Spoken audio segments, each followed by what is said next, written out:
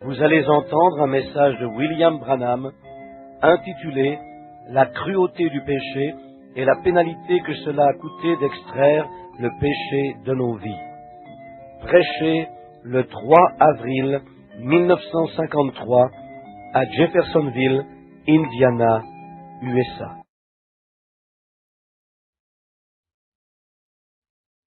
Merci, frère Tom.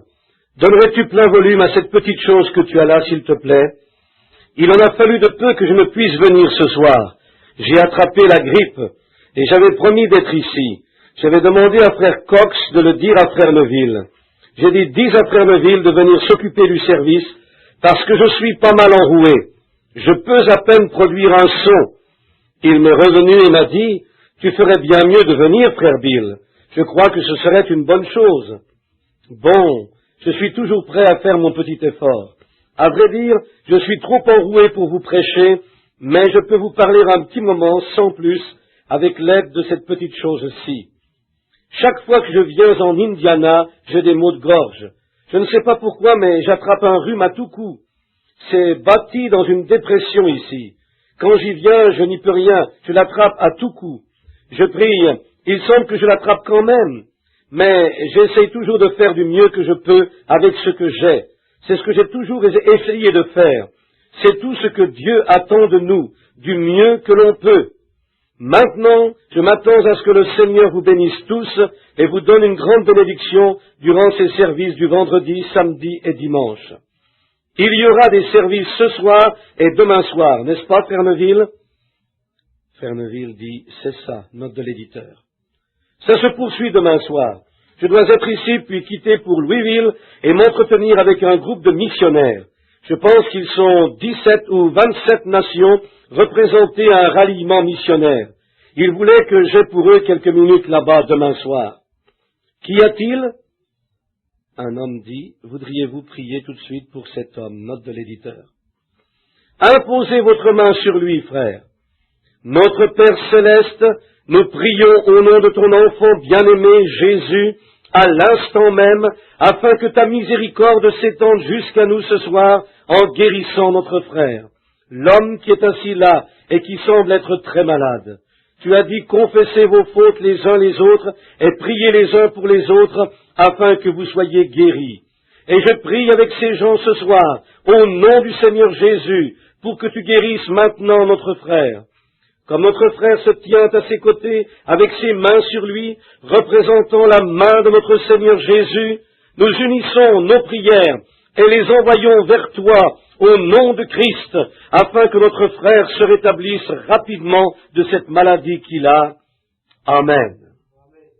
Que le Seigneur vous bénisse, frère. Donnez-lui un peu d'air. Il se sent un peu à l'étroit ici. Oui, qu'il aille dehors. Si vous désirez sortir, monsieur, vous pouvez le faire. Trouvez-vous un siège à l'arrière où vous aurez un peu d'air. Maintenant, le Seigneur Jésus connaît tous nos problèmes. Il est notre porteur de fardeau. Et maintenant, à la bonne heure, dimanche matin, à 6 heures, ce sera le service du lever du soleil. Combien aiment les services du lever du soleil de Pâques? Nous attendons une grande bénédiction. Aussi, si le Seigneur le veut, je tiendrai ces services, c'est de 6 heures à 7 heures. Ensuite, retournez prendre votre déjeuner à la maison, puis revenez. Et à 9h30, on aura le service régulier de l'école du dimanche.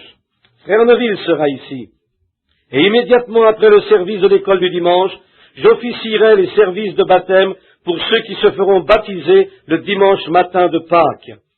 Si vous n'avez pas été baptisé par immersion, mais que vous le désirez, et vous êtes un chrétien, vous croyez à la divinité de Jésus-Christ comme étant le Fils de Dieu, et vous voulez prendre votre place dans notre fraternité pour être baptisé, nous serions heureux de vous avoir ici le matin de Pâques, aux environs de 10h30, pour l'immersion.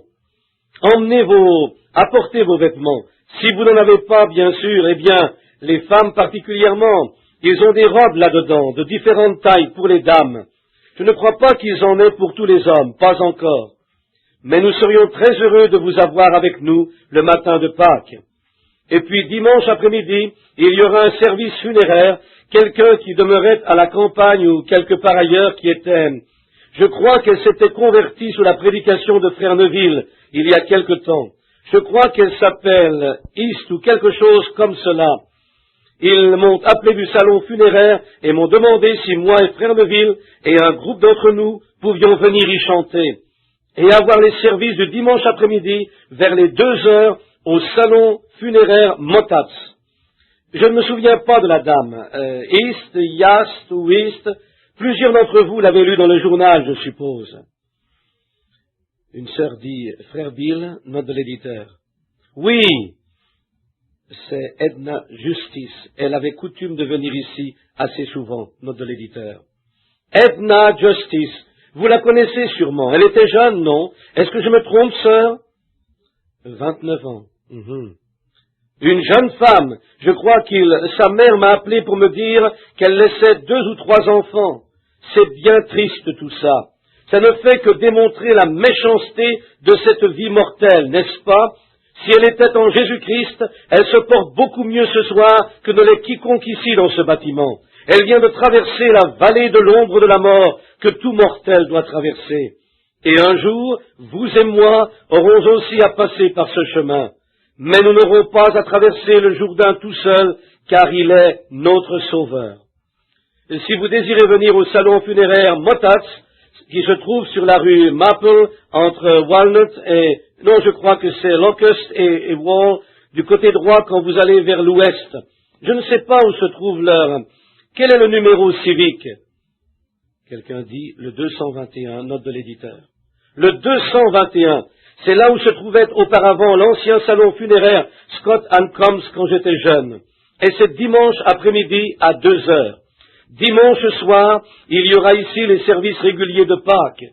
Nous allons probablement prêcher sur la mort, l'ensevelissement et la résurrection dimanche soir.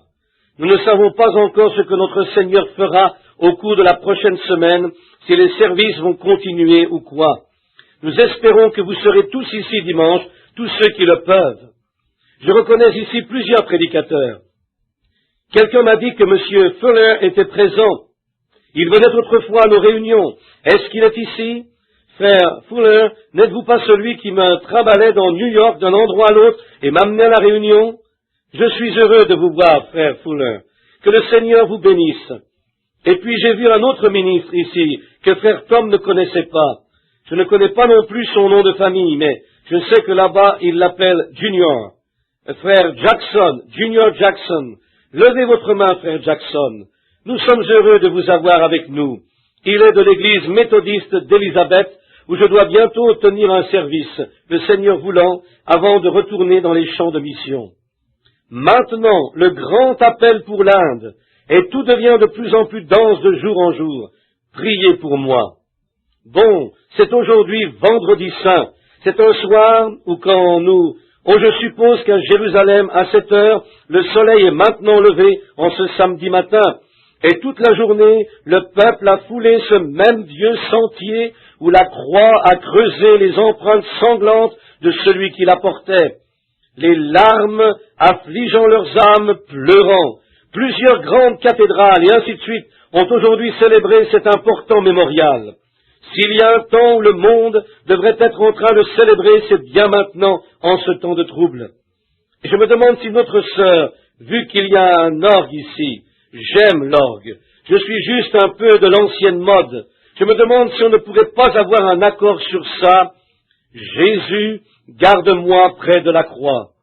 Un seul de ces bons chants à l'ancienne mode qui nous viennent du cœur, que nous avions l'habitude de chanter il y a belle lurette, et je me demande si on ne pourrait pas tous s'unir pour le chanter. J'aime cela. Il y a une précieuse fontaine, gratuite pour tous, un fleuve de guérison qui coule du mont du Calvaire. Combien en connaissent un verset? Très bien. Joignez-vous maintenant à moi, et maintenant laissons descendre les rideaux autour de nous, et concentrons nos pensées cet après-midi sur 1900 ans en arrière. Quel sacrifice! Le monde n'a jamais rien connu de pareil. Cela a bouleversé le monde entier, et maintenant ne voulez-vous pas rester près de ce lieu où vous êtes en communion avec lui, dans ses bénédictions?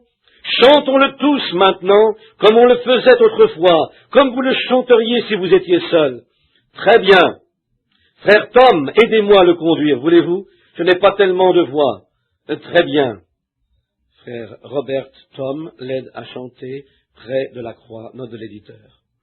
Jésus, garde-moi près de la croix, où une précieuse fontaine, gratuite pour tous, un flot guérissant, coule du mont Calvaire. Dans la croix, ma gloire sera à jamais, jusqu'à ce que mon âme enlevée trouve le repos au-delà de la rivière. Pendant que vous inclinez vos têtes, voudriez-vous le fredonner très lentement maintenant? Frère Branham et la congrégation commencent à fredonner près de la croix, note de l'éditeur. Près de la croix je veillerai, espérant, croyant toujours, jusqu'à ce que j'atteigne cette grève dorée, juste au-delà de la rivière. Frère Tom continue à chanter doucement le refrain, près de la croix, note de l'éditeur. Je me demande si vous ne voudriez pas consacrer à nouveau votre vie à Christ. Seigneur, souviens-toi de moi, j'apprécie tu t'es épuisé, tu as souffert, tu as saigné, tu es mort pour moi. Je suis indigne, mais je vais lever ma main maintenant, Seigneur, et tu me verras. Je veux consacrer à nouveau ma vie. Dieu vous bénisse, très bien. Je veux me consacrer à nouveau à toi, à l'instant, Seigneur, en cette soirée du Vendredi Saint. Dieu vous bénisse. Père, je prie que tu bénisses ceux qui ont levé leurs mains et ceux qui n'ont pas eu même le courage de le faire. Nous prions que celui qui se suffit à lui-même bénira chacun d'eux ce soir. Nous pensons au calvaire, lorsque Dieu, notre Sauveur, était étendu dans la honte. Descendu, il a été remis entre les mains d'un homme riche qui a pris son corps après avoir insisté auprès de Pilate. Il l'a pris et l'a enveloppé dans des draps propres et l'a déposé dans le tombeau. Ô Dieu, quel sentiment a dû envahir ces pauvres disciples. Cette fois, on aurait dit qu'ils étaient vaincus. Celui en qui ils se confiaient tant n'était plus, mais ce fut de courte durée. Le temps d'un sacrifice sanglant. Un jour, quelques heures plus tard, ils ressuscitaient et leur joie aussi. Aide-nous ce soir, Seigneur, puisque nous sommes dans cette saison, qu'il nous soit accordé de voir la souffrance que notre rédemption a coûté, l'angoisse que notre joie a coûté. Ce soir, Seigneur, puissions-nous nous consacrer à toi pour que nos âmes soient affligées de voir, ô Dieu, par quelle mort horrible il t'a fallu passer. Le péché doit être d'une telle cruauté, et je prie, Père, que tu nous bénisses tous. Aide-moi, ô Dieu, puisque ton serviteur se tient ici avec une voix très réduite, et que tes enfants sont dans l'attente d'entendre quelque chose de la parole. Aide-moi, Seigneur. Rompe librement la parole de vie à chacun, comme nous nous consacrons à nouveau nos vies et nos cœurs. Les larmes de nos cœurs descendent profondément en nous lorsque nous pensons au sacrifice. Aide-nous maintenant, car nous le demandons au nom de Christ. Amen. J'aimerais simplement lire un bout de texte maintenant, si vous voulez bien m'accorder toute votre attention un petit moment, et prier pour moi. Dans Ésaïe au chapitre 53, nous avons peut-être écouté des émissions à la radio aujourd'hui, et ainsi de suite. C'est une journée où je ne fais que penser à Christ. Je n'ai pas pu m'empêcher de sortir et de m'agenouiller quelque part. Et je n'ai pas pu retenir mes larmes quand j'ai pensé quand mon esprit est retourné voir ce qui avait eu lieu là au calvaire. Je n'ai pas écouté les émissions de radio, si ce n'est l'évangile qu'ils ont prêché. Demain soir, peut-être, nous l'approcherons de ce point de vue. Pour ce soir, retournons dans l'Ancien Testament. Je veux parler sur la cruauté du péché et de la pénalité qu'il en a coûté d'extraire de nos vies le péché. Dans Ésaïe 53, le prophète étant oint, 712 ans avant la venue du Seigneur, a prononcé ces paroles. Qui a cru à ce qui nous était annoncé? Qui a reconnu le bras de l'Éternel? Il s'est élevé devant lui comme une faible plante, comme un rejeton qui sort d'une terre desséchée. Il n'avait ni beauté ni éclat pour attirer nos regards, et son aspect n'avait rien pour nous plaire. méprisé et abandonné des hommes, homme de douleur et habitué à la souffrance, semblable à celui dont on détourne le visage, nous l'avons dédaigné, nous n'avons fait de lui aucun cas. Cependant, ce sont nos souffrances qu'il a portées, c'est de nos douleurs qu'il s'est chargé, et nous l'avons considéré comme puni, frappé de Dieu et humilié. Mais il était blessé pour nos péchés, brisé pour nos iniquités. Le châtiment qui nous donne la paix est tombé sur lui, et c'est par ses meurtrissures que nous sommes guéris. Nous étions tous errants comme des brebis, chacun suivait sa propre voie, et l'Éternel a fait tomber sur lui l'iniquité de nous tous. Il a été maltraité et opprimé, et il n'a point ouvert la bouche, semblable à un agneau qu'on mène à la boucherie, à une brebis muette devant ceux qui l'attendent. Il n'a point ouvert la bouche. Il a été enlevé par l'angoisse et le châtiment, et parmi ceux de sa génération, qui a cru qu'il était retranché de la terre des vivants et frappé pour les péchés de mon peuple? On a mis son sépulcre parmi les méchants, son tombeau avec leurs riches, quoiqu'il n'eût point commis de violence et qu'il n'y eût point eu de fraude dans sa bouche. Il a plu à l'Éternel de le briser par la souffrance. Après avoir livré sa vie en sacrifice pour le péché, il verra une postérité et prolongera ses jours, et l'œuvre de l'Éternel prospérera entre ses mains. Si je donnais à ce texte scripturaire un titre ce soir, je prendrais le 6e verset. Nous avons tous été errants comme des brebis. Nous nous sommes tournés chacun vers son propre chemin, et l'Éternel a fait tomber sur lui l'iniquité de nous tous. Je ne parlerai que quelques instants. C'est toujours un bonheur quand la joie du Seigneur vient au milieu de nous, et je m'en réjouis aussi grandement avec vous. Mais, vous êtes-vous déjà arrêté à penser à ce que cela a coûté pour l'avoir? Avez-vous déjà réalisé quel en a été le prix? Quel était le jugement et quelle était la pénalité du péché? Combien cruel doit être le péché de devoir mener le Fils de Dieu au calvaire pour que Dieu daigne le frapper et détourner son visage de lui et le battre et qu'il soit dans l'affliction. Voyez qui il était. Je vais maintenant vous représenter quelque chose en parole. Faisons tous un petit voyage ce soir sur un petit bateau, un petit astronef ou un petit avion. Retournons à 100 millions d'années en arrière, avant qu'il y ait un monde, avant même qu'il y ait une étoile ou quoi que ce soit, où vous ne pouviez rien voir d'autre que l'espace, et cet espace tout entier était Dieu. Au commencement était Dieu. Et voyons maintenant venir à l'existence une petite lumière blanche. Nous appellerons cela un halo, quelque chose ressemblant à cela. Et c'était le Fils de Dieu, le Logos, qui est sorti de Dieu au commencement. Et c'est dans cet aspect que là on le trouvait. Et lui, dans sa pensée, il s'est mis à penser à ce que le monde serait. Et il a conçu toutes ces images dans sa pensée. Et il a dit que la lumière soit. Et un atome a surgi et s'est mis à se diviser. Et une explosion s'est produite, la première explosion atomique. Et puis ces atomes se sont amoncelés jusqu'à former des cendres comme de la moisissure, ou je ne sais trop quoi. Cela s'est mis à éclater et les atomes se sont divisés. Après un temps est apparue une étoile ou un morceau d'un missile qui s'est échappé, s'est envolé dans les airs. Il l'a observé quelques millions d'années peut-être. Et l'a ensuite immobilisé. Il n'était pas pressé. Il avait amplement de temps. L'éternité. Il était du commencement à la fin. Il n'y avait pas de temps pour lui.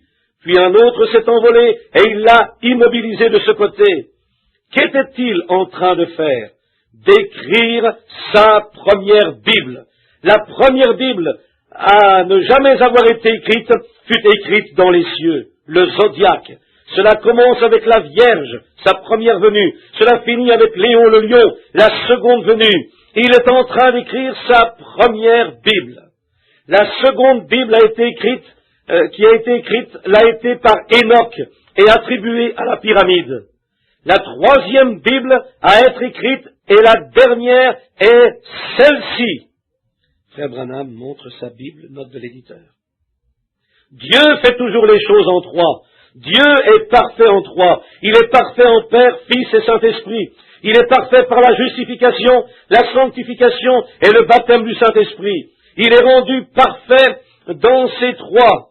Nous sommes à sa ressemblance. Ainsi nous sommes rendus parfaits en trois, âme, corps et esprit. Et notre corps est contrôlé par des nerfs, du sang et des cellules, la chair. Trois, rendu totalement parfait en trois. Ensuite il a dit, après avoir tout créé et avant de créer quoi que ce soit d'autre, je peux voir ce petit halo se déplacer au-dessus du monde, qui n'était qu'un amoncellement de cendres, gelé, suspendu là, comme un énorme iceberg. Et il l'a déplacé près du soleil, et il s'est mis à le faire tournoyer comme cela autour du soleil.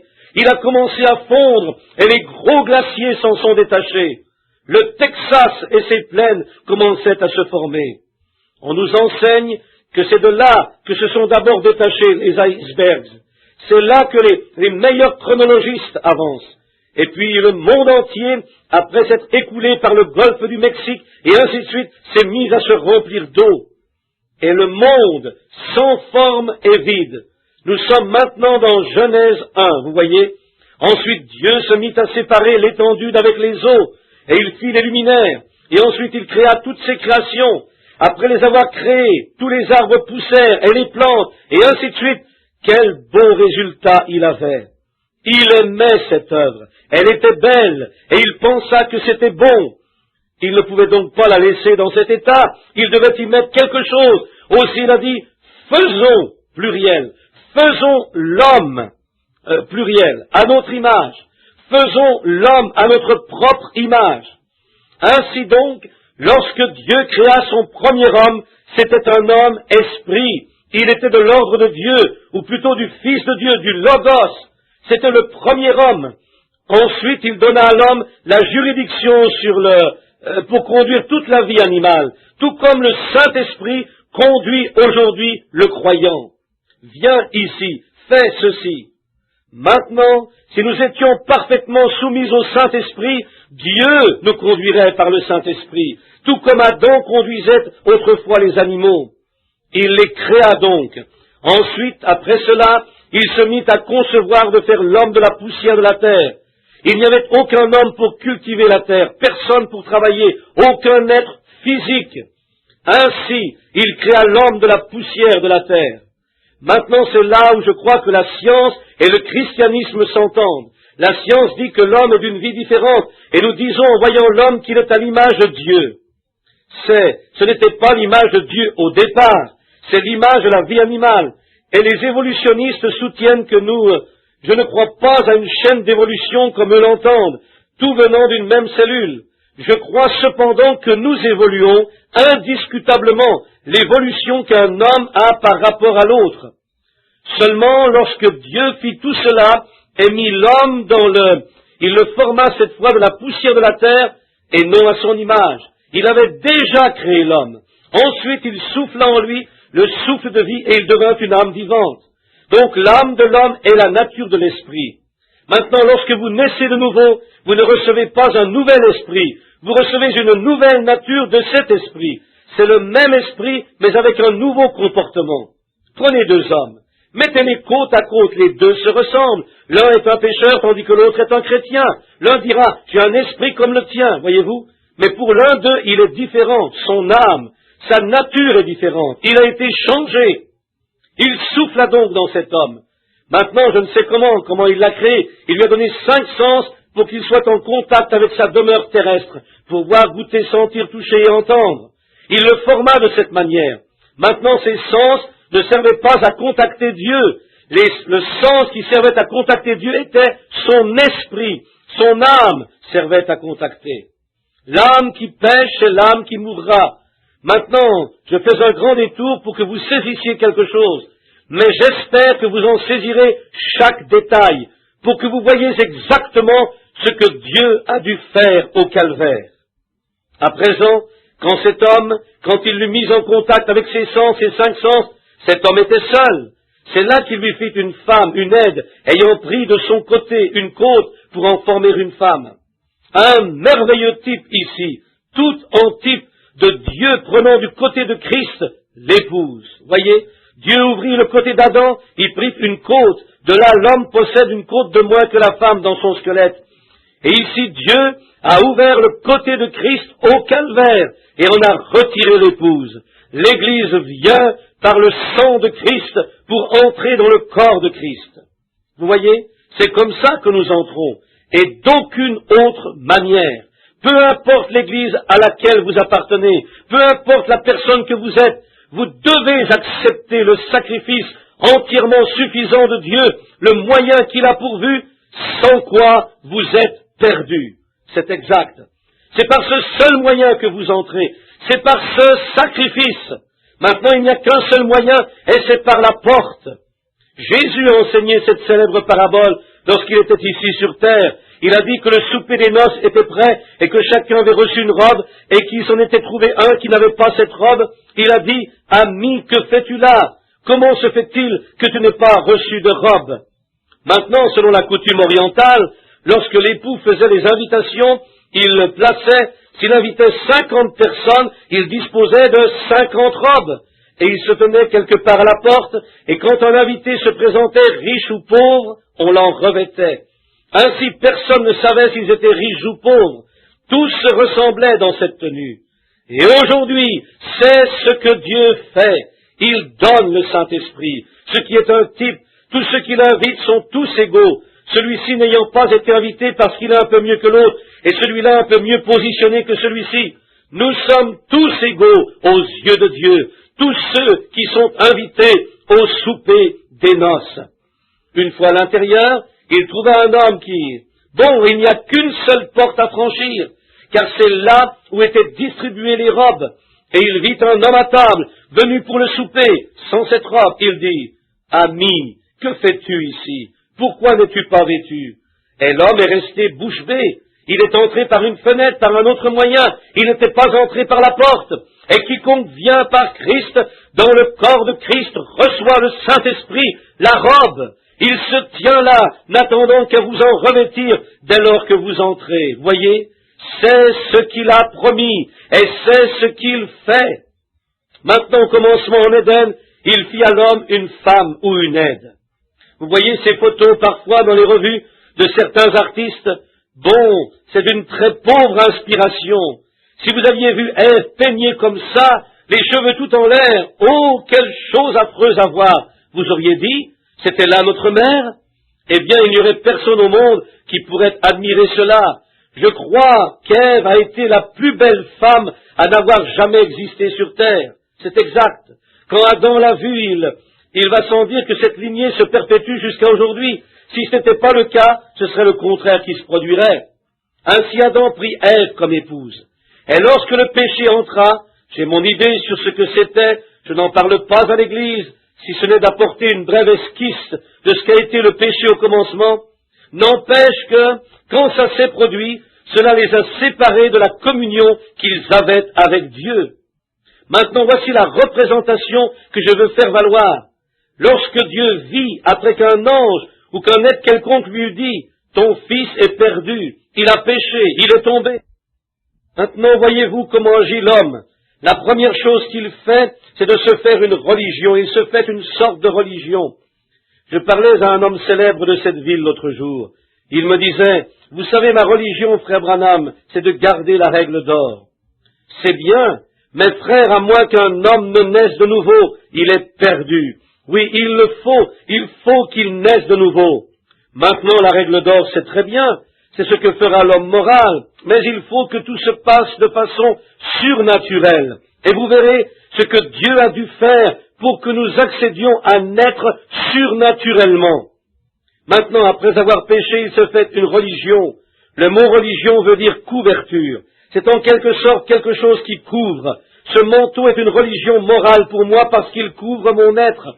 Et vos vêtements en font tout autant. C'est une couverture.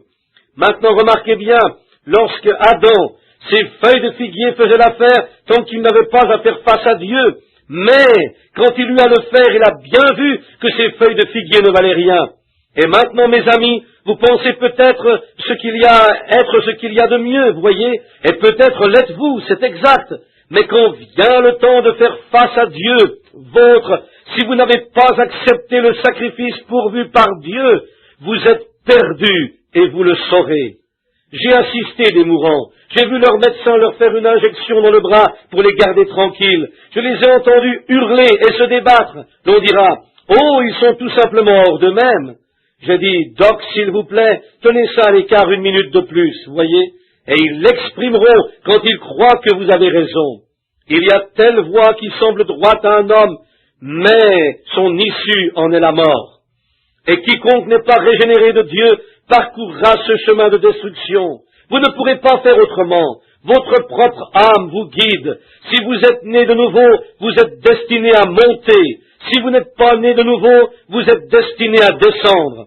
C'est votre propre âme qui le fera. C'est comme une baguette magique qui ouvre une porte quelque part. Si vous n'avez pas la baguette, la porte ne s'ouvrira pas. Et si vous n'êtes pas né de nouveau, vous êtes automatiquement rejeté. C'est tout.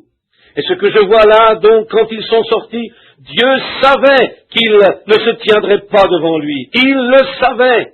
Ils se sont cachés derrière des arbustes. Bien que couverts, ils savaient toutefois que leur couverture ne suffisait pas.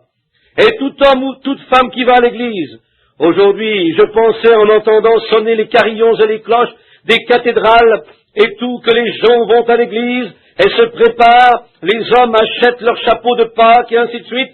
À quoi tout cela mène-t-il?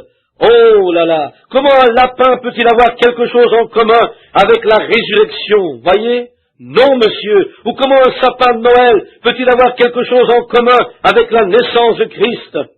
Ça, je ne comprends pas. C'est du paganisme, mes amis. Nous sommes sortis du chemin quelque part. C'est exact.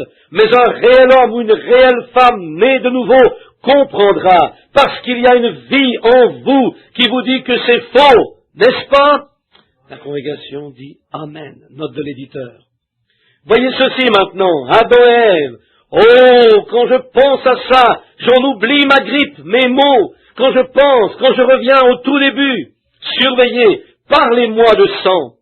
Il y a quelque temps, lors du concile méthodiste, alors qu'ils avaient à dessein d'enlever tous les cantiques sur le sang des hymnes méthodistes, se disant que ce n'était pas une religion d'abattoir, ils voulaient quelque chose de beau et de solennel.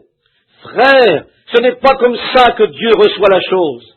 C'est soit, quand je verrai le sang, je passerai par-dessus vous. Le sang, Dieu, le seul substitut qui existe, est seulement dans la vie et dans le sang. Vous en mangerez la chair, mais le sang qui est la vie, versez-le sur le sol. Voyez-vous, ne mangez pas la vie. Voyez comme c'est merveilleux. J'y ai beaucoup pensé, et puis Dieu a pensé, à présent Adam et Ève, sortez d'ici. Et avant même de vous faire sortir, je vais devoir faire quelque chose. Il a donc été chercher un agneau dans la colline. Il l'a tué, lui a enlevé la peau, l'a fait mourir. Parce que Dieu doit tenir sa parole, aussi bon que vous soyez ou qui que vous soyez, c'est Dieu. Dieu doit tenir sa parole. C'est la raison pour laquelle la Vierge Marie se devait de monter le jour de la Pentecôte et recevoir le baptême du Saint-Esprit, tout comme l'ont fait les autres, parce qu'elle était née ici une mortelle et se devait de naître de nouveau avant d'avoir part au ciel. Amen. À présent, regardez, madame, laissez-moi le dire, ce n'est pas parce que les temps ont changé que Dieu a changé. En deçà de cela, vous êtes perdus, voyez. Maintenant, aujourd'hui, j'en parle dans l'intérêt de ce que Dieu a fait au Calvaire il y a 1900 ans, pour vous montrer quel sacrifice il a fallu faire pour payer le prix. Et c'est le moyen de Dieu. À présent, il y a telle voie qui semble droite, mais Dieu a pourvu un chemin. Si vous marchez toujours sur le chemin pourvu par Dieu, vous ne vous tromperez jamais. Par exemple, si vous vous mettiez en route pour Indianapolis ou pour traverser le pont et que vous disiez « Est-ce bien là Louisville ?» et que l'on vous réponde « Oui », mais que vous empruntiez quand même cette autre direction, vous ne feriez pas long avant d'être perdu. C'est vrai. Vous feriez mieux de consulter le bleu, la carte, l'étudier et voir dans quelle direction partir. Et puis voici ici le bleu de Dieu pour la gloire. Étudiez-le. C'est là qu'il se trouve. Il est aspergé de sang tout le long. Vous ne pouvez perdre votre chemin si vous suivez le sang. Amen. Voyez maintenant, restez avec le sang et tout ira bien, car il y a une trace de pas ensanglantés tout le long du chemin.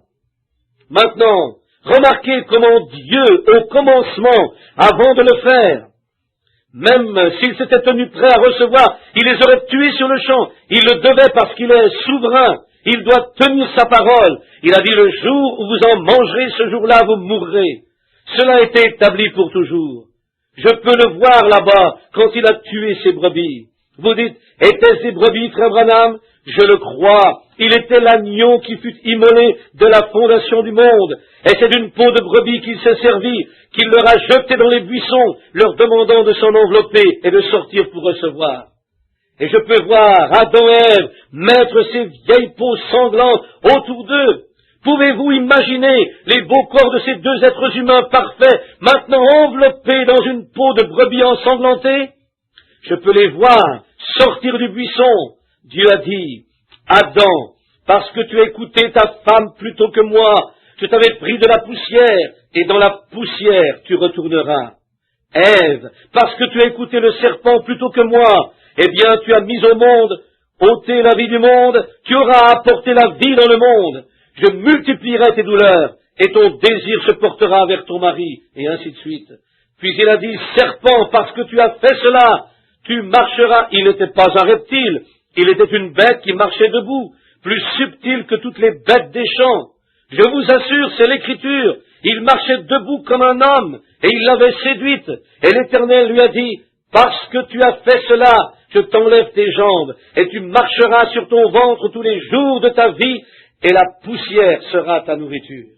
Ils en étaient là, au jugement. Dieu devait tenir son jugement, parce qu'il l'avait prononcé, et il est Dieu. Il ne peut pas revenir sur sa parole. Il doit rester, afin d'être Dieu. Dieu doit tenir sa parole. C'est exact. Là, je peux imaginer cette pauvre petite Ève aux longs cheveux blonds couvrant son dos, lorsqu'elle a regardé Adam de ses grands yeux clairs comme les cieux que Dieu avait créés, les larmes coulant, se mélangeant au sang des habits de peau et lui battant le corps. Adam l'a prise, elle l'a penchée sur sa poitrine, et là leurs larmes se mêlaient au sang qui coulait des peaux de brebis. Le sang, tout le temps. Voilà, maintenant il dit, sortez de ma présence. Et je peux voir Ève et Adam dans les bras l'un de l'autre s'en aller, sortir comme ceci, ces vieilles peaux de brebis battant contre leurs jambes, ensanglantées, battant leurs jambes. Frère Branham frappe ses mains ensemble une fois, note de l'éditeur. Je peux ensuite voir toute l'étendue. Qui était Dieu? Dieu n'avait pas de commencement de jour, ni de fin d'année. Il dure éternellement. Je peux voir la grande étendue commencer à s'amonceler comme ceci, prenant la forme de l'entonnoir comme cela et descendre, tandis que Dieu portait le regard sur ce petit couple qui traversait le jardin d'Éden, des peaux sanglantes, battant contre leurs jambes. Il n'a pu le supporter. Cela a remué, oh! Cela a remué le cœur même de Dieu, que l'on appelle A-M-O-U-R. Dieu a tant aimé. Il ne pouvait supporter de les voir s'en aller. Il les a rappelés et leur a dit, je vais mettre l'iniquité, l'inimitié entre ta semence et la semence de Satan. Et quand cela s'est fait, c'était au calvaire, quand Dieu lui-même est né d'une femme, est né d'une vierge. J'aimerais tellement rester sur ce point un petit peu, en Éden. Voyez, lorsqu'ils ont été chassés du jardin à cause de la transgression, toutes les bénédictions en ont été retranchées à cause de la transgression. Et je crois ce soir que c'est ce qui se passe avec l'Église. Toutes les bénédictions ont été retranchées à cause de la transgression. Voilà où vous en êtes. Chassés du jardin d'Éden. Je veux que vous remarquiez maintenant que lorsque Caïn et Abel, les deux fils d'Adam et Ève, sont venus présenter leur offrande, je crois que le grand chérubin se tenait à l'orient de la porte, et cette épée s'agitait d'un côté et de l'autre, et il gardait cette porte qui mène en Éden. Remarquez, le feu du Saint-Esprit gardant la porte. Et aujourd'hui, c'est ce qui garde la porte. Si vous avez peur du Saint-Esprit et du feu, vous n'entrerez jamais. L'épée de Dieu ardente, Dieu est un feu consumant, veillant sur cet arbre, gardant cet arbre de vie. Et remarquez maintenant, c'est une belle représentation. Oh, je peux maintenant voir Caïn et Abel en train de cultiver le sol, ou plutôt en train d'offrir un sacrifice. Je crois que c'est à la porte, au trône, qu'ils ont bâti leur autel où ils ont pu adorer. Et remarquez, voici Caïn. Il a probablement travaillé toute l'année à cultiver le sol, à faire tout en son pouvoir pour obtenir les plus grosses pommes ou les plus grosses citrouilles, ou quoi encore, et les apporter à la porte. Il s'est bâti un autel près de la porte, dans la présence de Dieu. Il a déposé tous ses fruits, les gros, lisses et tout, et a tout disposé convenablement sur l'autel. Puis il s'est agenouillé et a adoré Dieu.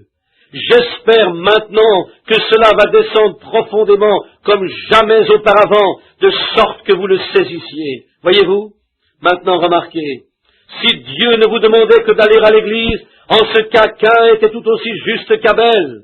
Caïn a bâti un autel à l'Éternel. Vous dites, frère Branham, je ne fais pas seulement ça, j'offre aussi un sacrifice, j'aide par mes offrandes aux missions étrangères, et ces choses sont très bien, elles sont très bien, mais Dieu exige plus encore. C'est ce que Caïn faisait, voyez, il a offert un sacrifice, il a loué l'Éternel, il s'est agenouillé et a offert des louanges à l'Éternel et a dit, Éternel, me voici, et je t'ai apporté une offrande, j'ai bâti un autel. Amen. En d'autres mots, je suis un membre d'église. Est-ce que cela a touché le fond? Regardez, je suis un membre d'église, je crois en toi. Cela va toucher le fond cette fois. Laissez-le bien descendre. Je suis un croyant en Dieu, j'ai bâti un autel, j'ai offert un sacrifice, et me voici Éternel en train de t'adorer. Et Dieu a tourné le dos à cela. Exact. Et le matin de Pâques, comme un pasteur de cette ville disait, savez-vous ce que je fais, prédicateur, le matin de Pâques? J'ai dit, non, que faites-vous? Il a dit, je souhaite à tous mes gens un joyeux Noël. J'ai dit, et pourquoi? Il a dit, parce que je ne les reverrai plus avant la prochaine Pâques. Tout le monde est là à Pâques et c'est tout. Ils s'achètent de nouveaux chapeaux et de nouvelles tenues. Et qu'est-ce que cela a à voir avec Christ? Oh, il y aura des milliers de dollars dépensés cette année, demain, chez les protestants, pour l'achat de lys, de beaux gros lys. Chaque membre viendra le déposer sur l'autel. Dieu ne se soucie pas du lys sur l'autel. C'est vous qu'il veut sur l'autel. Ce n'est pas le lys, ce n'est pas votre sacrifice.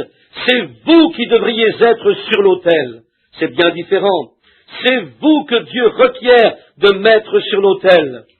Maintenant, je veux que vous remarquiez que cette lignée, c'était Satan dans Caïn. Et remarquez que maintenant par ceci, vous devriez vous sentir très bien, vous qui êtes un pèlerin ou un voyageur. Et peut-être dirons-nous, oh, j'aimerais que l'on fasse ceci dans notre Église, et cela aussi. Soyez satisfaits de ce que vous avez. Alléluia! Préférerais adorer quelque part, dans une petite salle d'une cour arrière, et que Dieu y soit, que dans une cathédrale où Dieu n'y est pas. C'est exact. Certainement. Voilà, il était un pauvre homme. Remarquez, ensuite, Caïn a porté son offrande et l'a déposée là. Maintenant, remarquez, il venait de la lignée de Satan, parce qu'il s'attendait à ce que Dieu accepte cette offrande, parce que c'était de bons fruits, quelque chose qu'il avait fait lui-même. Et tant de gens vont dire, moi j'appartiens à certains ordres, et je donne à la Croix-Rouge, à une heure, je fais des dons aux églises. Et que dites-vous de ça, frère Branham? C'est très bien tout ça, mais à moins qu'un homme ne naisse de nouveau, il n'entrera d'aucune façon dans le royaume. Remarquez bien ici, ces œuvres charitables sont bonnes, mais or, ce n'est toujours pas le moyen pourvu par Dieu. Caïn est venu à sa manière à lui, et plusieurs ce soir viennent à leur manière. Il ne faut même pas raisonner ces choses. Le fait de raisonner ne peut même pas, vos raisonnements ne sont pas valables. Vous n'êtes pas en droit de raisonner tout cela. Si vous pouviez raisonner cela, ce ne serait plus de la foi. Vous devez l'offrir par la foi. Maintenant vous dites, frère Branham, vous voulez dire que je dois me rendre là, être rempli du Saint-Esprit et me comporter comme le reste d'entre eux? Si vous comptez être parmi le reste d'entre eux, vous le ferez. C'est tout. Oui, monsieur, c'est tout. Vous pouvez prendre... C'était pareil pour Naaman. Dieu a dit au prophète, dis-lui, descends et trempe-toi 7 fois. Il a dit, cette eau-ci n'est-elle pas plus claire et plus propre? Mais ce devait être l'eau du Jourdain. Elle paraît très trouble parfois. Mais je souhaite que chaque personne ici ce soir regarde au calvaire et à ce que cela a coûté à Dieu il y a 1900 ans, et qu'en levant votre main vous disiez, je vais prendre le chemin avec les quelques méprisés du Seigneur.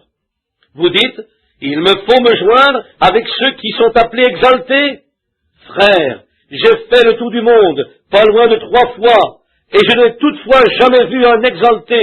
Non, monsieur, j'ai vu de la sainteté, mais pas d'exalté. C'est le nom que le diable a donné après coup à l'Église. Dieu a dit, sans la sainteté, personne ne verra Dieu. Convenez-en vous-même, c'est à la manière de Dieu. Vous dites, des gens qui crient et hurlent et se font aller. Frère, c'est ce que c'est. Oh, dites-vous, cela me paraît de la folie. C'est la raison pour laquelle vous devriez naître de nouveau. Une fois né de nouveau, ça ne sera plus de la folie. Vous serez l'un d'entre nous. Ils pensaient la même chose que vous auparavant. C'est exact. Ils pensaient la même chose que vous, jusqu'à ce qu'ils y entrent eux-mêmes. C'est un changement, une conversion. Conversion veut dire changer, quelle que soit la chose. Et à moins qu'un homme ne meure à lui-même et le dise, Seigneur, je suis tout à fait ignorant à ce sujet, fais-moi entrer. Amen. Et alors Dieu le fera. Voyez? Maintenant qu'un dit, j'ai tout déposé là. Dieu l'a refusé. C'était beau tout ce qu'il avait fait. Et peut-être pensez-vous, eh bien, je vais au service du lever du soleil, il me faut un nouveau chapeau. Un jour, une fille allait chanter à ma réunion. Elle a dit, frère Branham, sa mère travaillait à faire de la lessive dans une cuve pour gagner sa vie. Et elle, il lui fallait porter une de ces crêpelures dans ses cheveux, vous savez. Comment on appelle cela? Manucure? Quel est le nom que l'on donne à cette chose dans ses cheveux? Je sais que je n'ai pas le bon mot. Je ne peux jamais me souvenir de ce que c'est. Je ne connais pas grand-chose à ça. Tony? Quelqu'un dit, non, une permanente, note de l'éditeur. Une permanente, c'est ce que c'était. Et il lui fallait une permanente avant de chanter dans le chœur. Et sa pauvre vieille mère qui faisait des lessives dans une cuve pour gagner sa vie, lorsqu'elle est allée se faire donner une permanente, moi j'ai dit que je ne la laisserais pas chanter parce qu'il était inconvenant qu'elle chante après cela. Exact. Que Dieu nous aide à garder la chair propre de quelque façon. C'est ce qui ne va pas avec le monde aujourd'hui dans leur... Écoutez, frères, je crois à une expérience à l'ancienne mode, dans le fin fond du bois, où vous arrachez toutes les racines d'amertume, où vous remuez la terre et plantez la semence. Maintenant, remarquez à présent, Caïn pensait que ça se devait d'être beau. Il pense, eh bien, notre Église, bâtissons une nouvelle Église. C'est très bien. Tout ce qui est beau est correct si vous prenez le Seigneur Jésus avec cela. Et puis, si c'est lui que vous prenez en premier, il prendra soin du reste. Quelqu'un a dit, frère Branham, croyez-vous que cette fille devrait venir à l'autel ayant l'air de ceci? J'ai dit, frère, le printemps est de retour. Ces chênes rabougris, ils ont tous les feuilles qu'ils avaient l'automne dernier. Mais nous n'avons pas besoin de les arracher pour que les nouvelles poussent. Laissez simplement monter la nouvelle vie et les vieilles feuilles vont tomber. C'est exact. Amen. Écoutez, puis-je ajouter ceci? Si la vieille feuille ne tombe pas, cela montre que la nouvelle vie n'est pas venue. Ne vous fâchez pas contre moi maintenant. Je parle de Jésus. Très bien, c'est ça. Très bien. Voyez ce qu'il en a coûté à notre Père Céleste. Considérez maintenant ce qu'il a fait. Et voici Caïn faisant son offrande. Il faisait le culte. Il allait à l'église. Il vaut autant que l'autre. La même chose pour Ésaü. Ésaü, quant à son caractère, était un meilleur homme que Jacob. Il était plus gentleman. Il aimait son père et les choses qu'il faisait. Mais Dieu a choisi Jacob.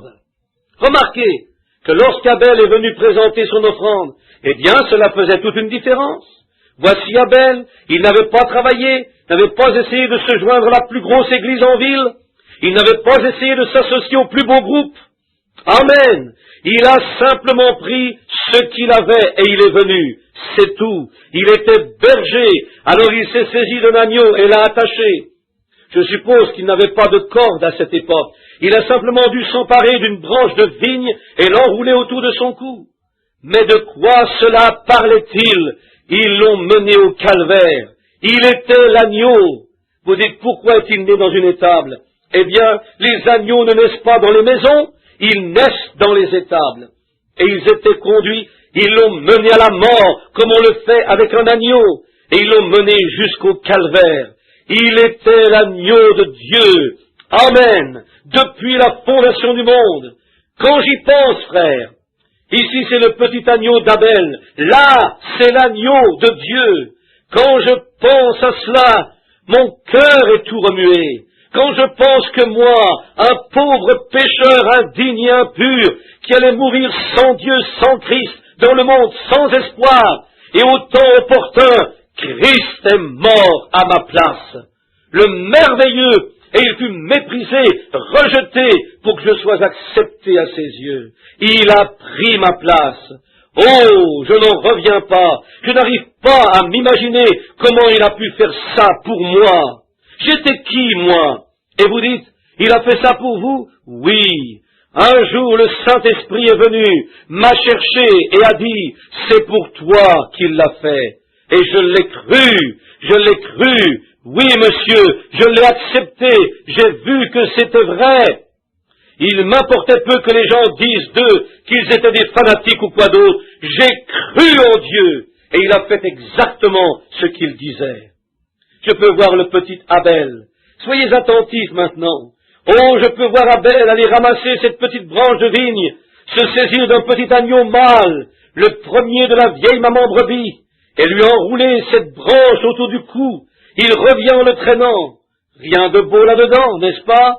Il l'a tiré jusque-là, puis il l'a déposé sur un gros rocher qui s'y trouvait à l'est de la porte. Maintenant, remarquez, Caïn avait sans doute travaillé dur toute l'année pour faire la meilleure récolte possible, pensant qu'il allait avec cela plaire à Dieu. Et il y en a plusieurs qui disent, je vais arrêter de mentir, je vais arrêter de voler, je vais arrêter de fumer, je vais m'associer à une meilleure classe de gens, je vais participer à une association. Voici, Dieu ne se soucie pas de ce que vous tourniez une nouvelle page. Il veut que vous tourniez votre cœur à Christ et le laissiez vous mouler. Non pas ce que vous pouvez faire, ce n'est pas par des bonnes œuvres que nous sommes sauvés, mais c'est par sa miséricorde que nous avons été rachetés. Ce n'est pas par les œuvres afin que personne ne se glorifie. Car nous appartenons à Dieu, parce que ce n'est pas ce que je suis, ce n'est pas ce que je fais par moi-même, c'est ce que Christ en Dieu a fait pour moi et pour vous. Remarquez, une belle représentation. Il revient en traînant le petit agneau en le tirant.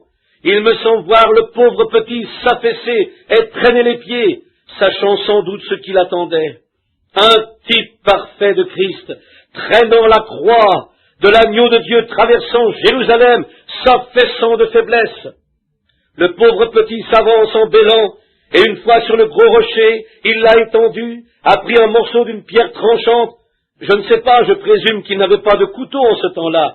Il l'a déposé de cette façon, l'a pris par la nuque, l'a soulevé comme ceci, a pris un couteau, la pierre, et a commencé à trancher sa petite gorge, et la pierre s'est enfoncée dans sa gorge. Sur ce rocher est mort l'agneau. Il saignait, se lamentait, le sang jaillissait de ses petites artères sectionnées, le sang éclaboussait tout autour. Sa petite laine blanche est devenue toute rouge de son sang. Dieu regardait du ciel et a dit, c'est cela, maintenant tu l'as, c'est de cette manière. Le sang jaillissait de ses petites veines. C'était quoi tout ça? Cela parlait du Fils de Dieu. Il y a quelques 1900 ans, cet après-midi, il a été conduit de la prison, il a été amené au siège du jugement, et de là à la salle disciplinaire, de là à Golgotha sur la colline, où Simon de Cyrène l'a aidé à porter la croix. Puis il est mort, là, sur le rocher des siècles, son sang ayant été répandu, son corps mis à nu.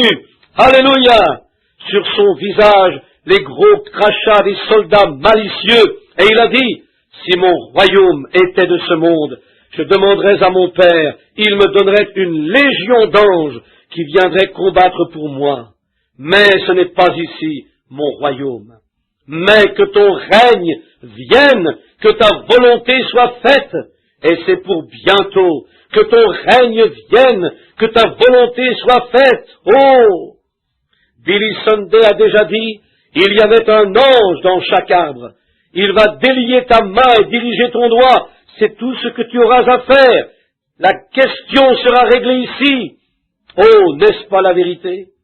Caïphe regardait et a dit, il a sauvé les autres, mais il ne peut se sauver lui-même. C'était le plus grand compliment qu'il lui ait jamais fait. En se sauvant lui-même, il n'aurait pas pu sauver les autres.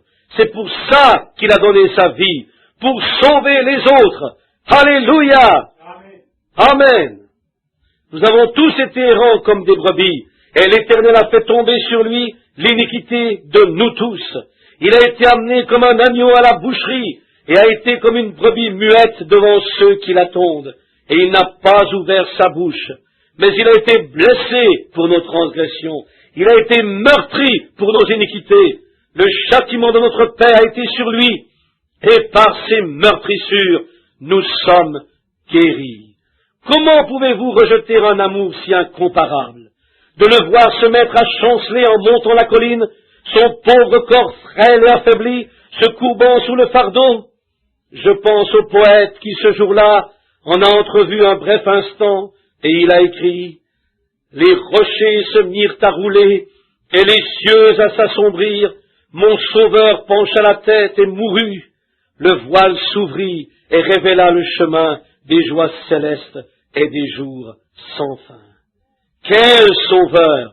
Oh, comment pourrions-nous jamais, comment pourrais-je rejeter un amour aussi incomparable? L'amour de celui qui l'a fait pour vous et moi. J'espère, mon frère, ma sœur, que ce soir vous y viendrez. C'était le moyen pourvu par Dieu. C'est aussi votre chemin. Il est le seul qui peut avoir quelque chose à faire avec vous. C'est lui qui a pris votre place. C'est lui qui, ce soir, ce Rédempteur ressuscité, est à la droite du Père. Il plaide et supplie chaque pécheur qui se trouve ici de venir à lui. J'espère que vous le ferez. J'espère que vous ne laisserez pas passer cette Pâque. Chers amis, nous sommes au bout de la route. Je crois que nous le sommes de tout mon cœur. Nous sommes au bout de la route. Que le Seigneur Jésus vous bénisse. Puisse-t-il faire de vous, en lui, une nouvelle créature ce soir. Voilà ma prière. Puisse-t-il vous conduire. L'histoire nous rapporte que Bartimée dans la Bible, un vieil aveugle, avait 2 petites colombes, et que ces petites colombes avaient coutume de se tenir là et faire des petites prouesses l'une par-dessus l'autre, et les gens, ils tenaient un bocal, une cage, et puis quand les gens passaient, ils voyaient ces petites tourterelles faire leurs prouesses, et les gens déposaient de la monnaie pour le pauvre vieux mendiant. Il était marié et avait une jeune fille, il ne l'avait jamais vue de sa vie, elle avait environ 12 à 14 ans, l'âge établi où l'on entre dans la vie. Un soir, on nous dit que cette petite fille est tombée malade. S'est mise à implorer le Seigneur. Il a dit, « Seigneur, si seulement tu guérissais ma fille, demain, je te donnerai en sacrifice mes 2 colombes. » Le Seigneur a guéri sa fille, et il a sacrifié les 2 colombes. Après quelque temps, ce qui arrive ensuite, c'est que sa femme est tombée malade, et il pensait qu'elle allait mourir.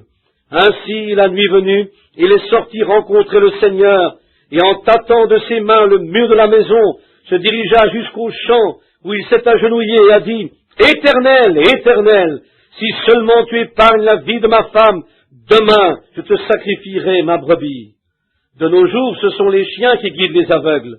On les entraîne dans ce but. Autrefois, ils entraînaient les brebis pour guider les gens. C'est pour cela qu'il avait un agneau pour le guider. Il a dit, « Éternel, si tu guéris ma femme, eh bien demain je te sacrifierai mon agneau. » Et sa femme s'est rétablie. Le lendemain, s'en allant au temple, il a dit que Caïphe, le souverain sacrificateur, s'est approché et lui a dit, « Bartimée, où vas-tu » Il a répondu, « Je vais au temple, ô souverain sacrificateur, pour sacrifier mon agneau. J'ai promis à l'Éternel que s'il guérissait ma femme, je donnerais mon agneau. » Il a repris, « Mais tu ne peux donner cet agneau, Bartimée, parce que cet agneau, il est tes yeux. Je vais te donner de l'argent et tu t'achèteras un agneau chez les vendeurs du temple. Mais Bartimée a répondu, ô souverain sacrificateur, je n'ai jamais promis à l'Éternel un agneau, je lui ai promis 7 agneaux. Oh là là, je me demande si vous ne faites pas ce genre de promesse. Et si vous voyez l'agneau tout suffisant ce soir, vous dites, Seigneur, si tu m'accordes ma guérison, je te promets que je te servirai, je ferai tout ce que je peux, si tu permets que mon enfant vive. Quand vous êtes allé mener votre mère à la tombe, ou votre père, ou vos bien-aimés, vous avez peut-être dit, oh Dieu, je les reverrai à nouveau. Je me demande si vous croyez vraiment ce que vous dites. Je me demande si cette Pâque ne va pas passer sans que vous n'ayez accompli ce que vous avez promis. Il alla tout de même offrir son agneau. Il est revenu guidé par quelqu'un. Donc, a-t-il dit, quand il est revenu, le sacrificateur lui a dit, Bartimée, ne fais pas ça. Le sacrificateur qui a pris son agneau lui a dit, non, pas lui, tu ne peux offrir cet agneau. Bartimée, cet agneau est tes yeux. Il a dit, bien sûr que je le sais, mais j'ai promis à l'Éternel, et l'Éternel pourvoira un agneau pour les yeux de Bartimée. Peu de temps après, alors qu'il grelottait dans le froid, il a entendu un bruit. L'Éternel avait pourvu un agneau pour les yeux de Bartimée. Il descendit la rue. Il dit, que signifie tout ce bruit? Il y a habituellement du bruit là où il se trouve. Et il a dit, que signifie tout ce bruit? On lui a répondu, c'est Jésus de Nazareth qui passe. Il jeta par terre son manteau, ne regardant pas où il tombait, ça lui importait peu. Dieu avait pourvu un agneau. Il alla directement à l'agneau, il a dit, ô Jésus, fils de David, aie pitié de moi, aie pitié. Les riches et les autres qui se trouvaient près de lui, puisqu'ils voulaient s'approcher du prophète, du roi, lui ont dit, reste tranquille, il ne peut pas t'entendre. Cela l'a poussé à crier de plus belle. D'autres ont dit, les jours des miracles sont révolus. Ce temps-là n'existe plus. Il cria de plus belle, fils de David, aie pitié de moi, aie pitié de moi. Dieu pourvoyait à l'agneau. Aujourd'hui, ce même agneau qu'il a pourvu pour les yeux de Bartimée, il l'a pourvu pour vous il y a quelques 1900 ans, quand il a gravi le mont Golgotha et s'est offert lui-même. Écoutez, amis, rappelez-vous, Abel sortit et prit un agneau de son troupeau, et il l'immola sur l'autel du sacrifice. Partie non enregistrée sur la bande originale anglaise, note de l'éditeur. Ne manquez pas ça maintenant. Abel mourut sur le rocher même où mourut son agneau. Êtes-vous prêts ce soir à mourir à vous-même? Êtes-vous prêts à mourir à toutes vos pensées personnelles? Étendez-vous sur le rocher, là, avec votre agneau, et mourrez, et dites, ô Dieu, aie pitié. Quand je pense à ces hommes et ces femmes qui n'ont de souci que pour eux-mêmes, des jeunes hommes et des jeunes femmes qui ne donneront leur vie qu'à des choses, et des hommes d'âge mûr aussi, qui pensent à leur emploi, à leur prestige et à leur voisinage, ou quelque chose comme cela. Oh, pourquoi ne rampez-vous pas jusqu'au calvaire ce soir? Alléluia! Laissez votre propre vie être tailladée, mourez sur la croix avec lui, enlacez le rocher des âges, frappez pour moi, permets que je me cache en toi, tandis que les eaux coulent, que la tempête est encore loin. Cache-moi, ô mon sauveur, cache-moi. Le monde peut bien faire ce qu'il veut, les théologiens peuvent bien faire ce qu'ils veulent. Je ne veux pas de leur théologie, je veux Jésus-Christ dans ma vie. Permets que je meure avec mon agneau. Oh, je sais que ce n'a pas été facile ce soir-là, quand je suis allé à la petite mission de couleur, et que les Blancs disaient tous, tiens, le voilà chez les Noirs maintenant. Ça n'a pas été facile. Je suis entré là, imbu d'une fierté du Kentucky, comme cela, mais Dieu a dit, si tu veux cela, entre là. Et j'y suis entré, me suis agenouillé à l'autel, et j'y suis resté jusqu'à ce que l'agneau, jusqu'à ce que je meure à moi-même, moi, Bill Branham, il y a de cela 20 ans. Alléluia! J'ai été crucifié avec Christ. Bien que je vive, pas moi, c'est Christ maintenant qui vit en moi. Un jour, dans cette glorieuse résurrection, quand il viendra, mon corps peut bien reposer sous le gazon, mais quand viendra la résurrection, vous verrez l'herbe reculer, et je serai à son image glorieuse avec beaucoup d'autres. Alléluia! Car je le connais dans la puissance de sa résurrection. J'espère que c'est ce que vous ferez tous ce soir, que vous ramperez jusqu'à Golgotha. Faisons un petit voyage maintenant, pendant que notre sœur nous donnera l'accord de « Plus près de toi, mon Dieu ». Vous dites « Mais ce chant, c'est pour des funérailles ». Bon, frère, s'il est un temps où nous avons besoin de funérailles, c'est bien maintenant, quand les hommes mourront à eux-mêmes et à leur amour propre. Courbons la tête en silence, tandis qu'elle nous donne l'accord, si cela ne vous ennuie pas. Ô Dieu, oh, quand je pense à ce qui s'est passé là-bas, même mes os en tremblent en y pensant.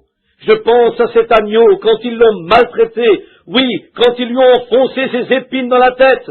Les soldats lui ont craché au visage et ont dit, « Toi, le roi, prouve-nous ça !» Il était le prophète des prophètes, et ils lui ont recouvert le visage et l'ont frappé sur la tête avec un roseau en disant, « Prophétise maintenant, dis-nous qui t'a frappé !» Mais le prophète nous relate qu'il n'a pas ouvert la bouche. C'est bien là ce qu'il dit. Ils lui ont lié les mains. Derrière lui, ils se sont reculés, tenant un gros fouet, l'ont fouetté, jusqu'à ce que ses côtes précieuses se fassent voir dans son dos. Son sang coulait de son côté, tombait goutte à goutte sur le sol. J'entends le bruit de ses pas maintenant. J'entends le bruit du sang qui est pressé contre ses sandales. C'était Emmanuel, c'était Dieu, le sang de Dieu. Et je les vois mettre la croix sur son dos, cette vieille croix rugueuse, râpeuse, et il marche ainsi, la croix sur son dos brûlant, dans la rue, où l'on rit de lui, où on le raille, dans la cohue. Si c'est pas ce prophète, si c'est pas ce grand Jésus, si c'est pas ce guérisseur divin, mais il est mon Seigneur.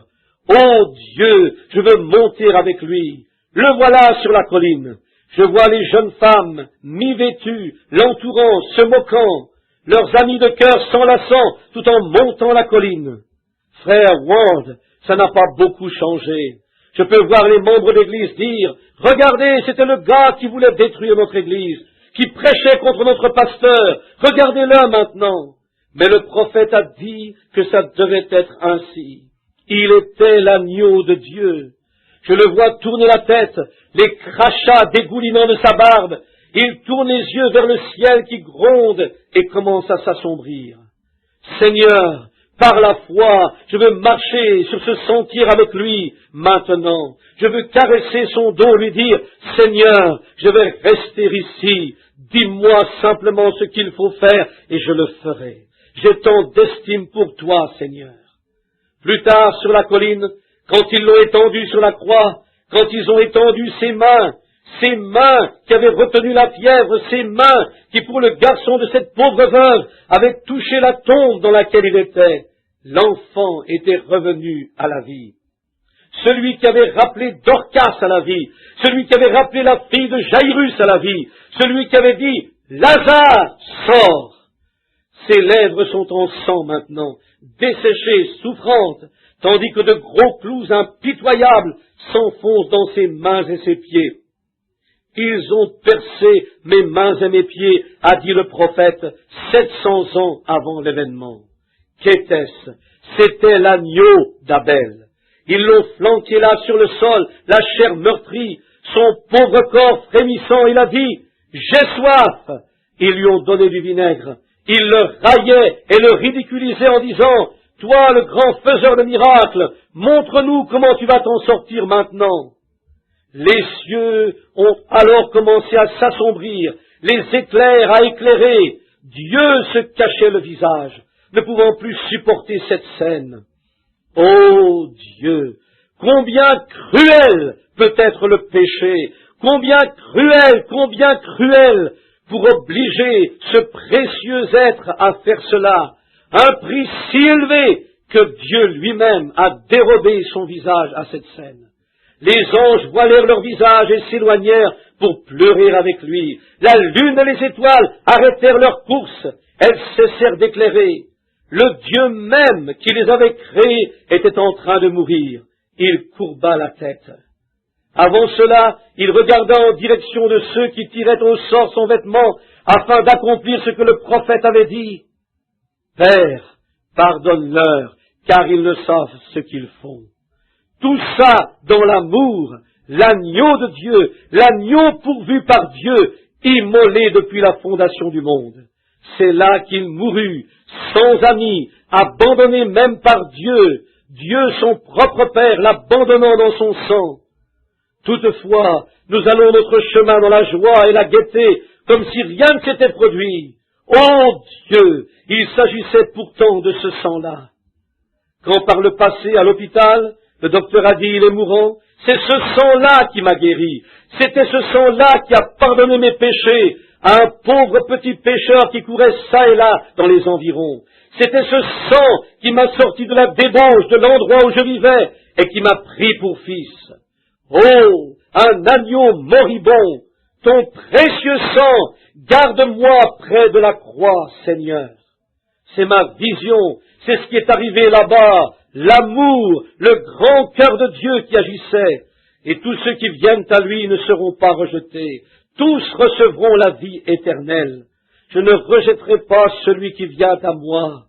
Mon Dieu, que chacun ici retourne chez lui ce soir avec ceci en tête, se disant, quel sacrifice, ce que cela a coûté de me racheter, ce que cela a coûté à Dieu. Pour nous, ça ne nous a rien coûté, ça a coûté à Dieu son Fils, ça a coûté à Dieu le plus haut prix, ça a coûté à Christ sa vie. Il était la rose de Saron. Mais pour tirer le parfum d'une rose, vous devez la presser. Sa vie glorieuse lui a été retirée, alors qu'il n'était qu'un jeune homme de 33 ans et demi, pour que nous puissions vivre. Plus près de toi, mon Dieu, reste près de moi, Seigneur, reste près de moi, et quand j'atteindrai la fin, que ma vie sera finie, Seigneur, fais que celui qui est mort là-bas vienne alors près de moi. Puissent tous ceux qui sont ici le penser aussi. Demain, Seigneur, ou après-demain, nous irons aux obsèques d'une femme qui venait autrefois entendre le sermon dans cette église. Tu la connais parfaitement. Si elle était venue à toi, elle est sauvée. Si elle n'était pas venue, elle est perdue. Ô Dieu, aie pitié, que chacun de nous, en sortant de cette bâtisse ce soir, s'en retourne à la maison en pensant sérieusement, rien que j'apporte avec moi que ta croix, et que chacun meure sur cette croix. Seigneur, tandis que je suis à cette chaire, ce soir dans cette petite construction en béton, je te consacre ma vie. Je te remercie pour ce que tu as fait pour moi, et je me consacre à nouveau en cette soirée commémorative de ta crucifixion. Prends-moi, Seigneur, pardonne-moi toutes mes fautes et mes tourments, rends-moi fort et puissant, Seigneur, dans l'Esprit de Dieu, afin de gagner des âmes pour toi. Et bénis cette assemblée, car nous le demandons dans son nom. Pardonne chaque pécheur, rappelle chaque rétrograde. Tandis que nous avons nos têtes inclinées, et chaque pécheur, hommes et femmes, garçons et filles, vous tous, à certains d'entre les jeunes derrière, j'ai dû vous prêcher durement l'autre soir. Je déteste avoir à le faire. Que Dieu bénisse vos cœurs. Vous avez sans doute pensé que Frère Branham était dur, mais je vous aime. J'ai déjà été où vous vous tenez. Je sais ce que c'est. C'est la raison pour laquelle je dis cela, pour voir si vous n'aimeriez plus notre Seigneur. Priez pour moi. Priez pour que ce soit pour moi un temps de consécration. Pour vous, les papas et les mamans, les anciens, faites de ceci en cet instant votre temps de consécration. Ne voulez-vous pas? Prenez-le dans votre cœur, croyez en lui de toute votre âme. Maintenant, tandis que toutes les têtes sont inclinées, quelqu'un aimerait-il qu'on se souvienne de lui dans la prière? Si c'est le cas, levez votre main et dites, « Frère Branham, ne m'oubliez pas, je veux me rapprocher de Dieu. » Très bien, des douzaines de mains. Père, n'oublie personne d'entre eux. Je prie pour que tu leur accordes la paix. Comme les larmes coulent sur nos joues, ici elles tombent sur le pupitre, d'autres ont des mouchoirs, certains sont des hommes robustes, costauds, ils sont là devant moi, les larmes coulent sur leur visage, sur leurs joues ridées. Reçois-nous, Seigneur, pardonne à chacun de nous dans cette présence divine. Cher Dieu, ce soir, pardonne-nous, Seigneur, jeunes et vieux, puissions-nous être sauvés en ce jour-là et emmenés dans ton royaume, car nous le demandons en son nom. Amen. Maintenant, vous pouvez vous lever calmement, gardez vos têtes inclinées, chantons lentement, plus près de toi, mon Dieu, plus près de toi.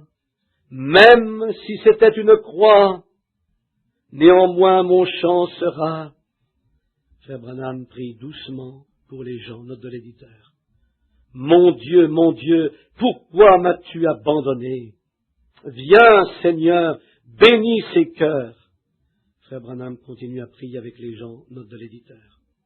Voudriez-vous avec respect, sans parler à personne du tout, sans ajouter un mot de plus, quitter la salle, calmement maintenant, et aller chacun chez vous? Retournez maintenant à la maison, sans dire un mot, retournez et sortez, que Dieu soit avec vous. Frère Branham fait une pause, tandis que l'assemblée commence calmement à quitter la salle, pendant que l'organiste et la pianiste continuent à jouer plus près de toi, mon Dieu. Note de l'éditeur. Nous avons tous été errants comme des brebis, et l'Éternel a fait tomber sur lui l'iniquité de nous tous. Mais il a été blessé pour nos transgressions, il a été meurtri pour nos iniquités. Le châtiment de notre paix a été sur lui. Nous l'avons estimé battu, frappé, affligé. Frère Branham continue à prier doucement pour les gens, tandis que les musiciens continuent à jouer plus près de toi, mon Dieu. Note de l'éditeur.